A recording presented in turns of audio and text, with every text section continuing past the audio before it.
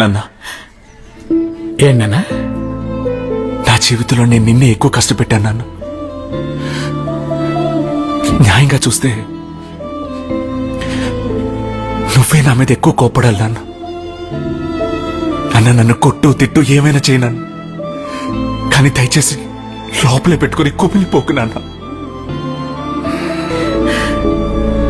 నీకేమైనా పర్వాలేదు, ఆ పిల్లోడి జీవితం నాశనం కాకూడదని అందరి ముందు తప్పు ఒప్పుకున్నావు చూడు, అప్పుడే నువ్వు నా కొడుకు అనిపించావు. అన్ని పోయి బాధపడద్దు నాన్న, తిరిగి లేచి పరిగెట్టు. నాన్న నేనున్నాను, చూసుకుందాం.